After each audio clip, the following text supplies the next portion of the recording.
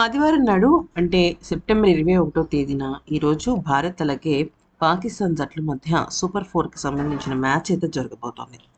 అయితే నిజానికి గతంలో అంటే లీగ్ దశలో మన భారత్ పాకిస్తాన్తో తలపడినప్పుడు భారత జట్టు ఒక అద్భుతమైన డెసిషన్కి వచ్చింది. అదేంటంటే భారత జట్టు ఆటగాళ్ళు కానీ భారత జట్టుకు సంబంధించిన ఎవ్వరూ కూడా పాకిస్తాన్ జట్టు ఆటగాళ్ళకి కానీ వాళ్ళ స్టాఫ్ మెంబర్స్కి కానీ షేక్ హ్యాండ్ ఇవ్వకూడదు. సో వాళ్ళు ఏం చేశారంటే మన భారత జట్టు ఆటగాళ్ళు నేరుగా డ్రెస్సింగ్ రూమ్లోకి వెళ్ళిపోయి డోర్ వేసేసుకున్నారు.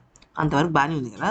అయితే ప్రతి ఒక్కరూ కూడా అంటే ముఖ్యంగా పాకిస్తాన్కి సంబంధించిన కొంతమంది భారత్ చేసింది తప్పని, అయితే భారత్ లాగా బిహేవ్ చేయడం కరెక్ట్ కాదని, అసలు స్పోర్టివ్ స్పిరిటే లేదు అంటూ చాలా రకాలుగా వ్యాఖ్యానించారు.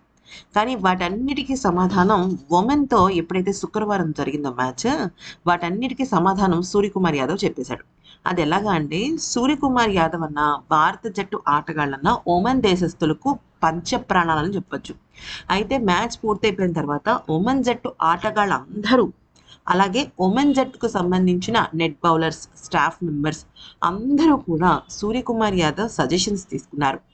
ఎంతలాగా అద్భుతమైన సజెషన్స్ తీసుకున్నారు అంటే దాదాపుగా మైదానంలో 40 నిమిషాల పాటు సూర్యకుమార్ యాదవ్ వాళ్ళతో చర్చించాడు. అంతేకాకుండా సూర్యకుమార్ యాదవ్ అక్కడున్న కొంతమంది ఆటగాళ్లకు అంటే ముఖ్యంగా కలీం అని కొంతమంది ఆటగాళ్ళు చాలా అద్భుతంగా ఆడారు. అంటే భారత బౌలర్లను సైతం ఎదిరిస్తూ ముందుకు దూసుకువెళ్లారు.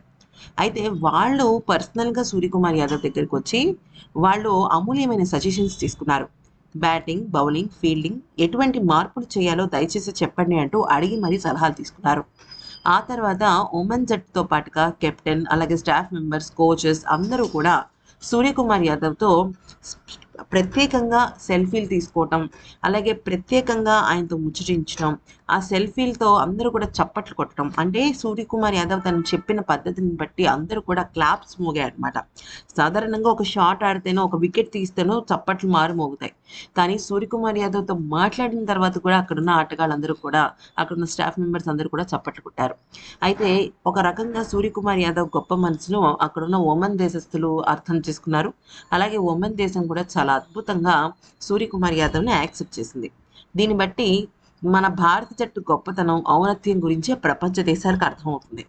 ఒమన్ లాంటి పసికూర జట్టు ఆటగాళ్ళందరూ కూడా సూర్యకుమార్ యాదవ్ అలాగే భారత జట్టు ఫ్యాన్స్‌గా మారితే భారత జట్టు ఎంత ఆప్యాయంగా వాళ్ళని దగ్గర తీసుకుందో అర్థం అవ్వాలి.